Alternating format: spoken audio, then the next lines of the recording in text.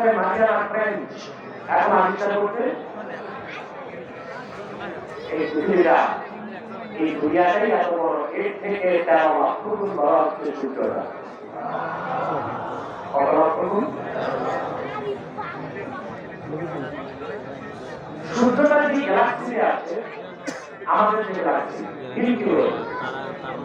সূর্যের মতো 10,000 কোটি নক্ষত্র মিলে এই একটা গ্যালাক্সি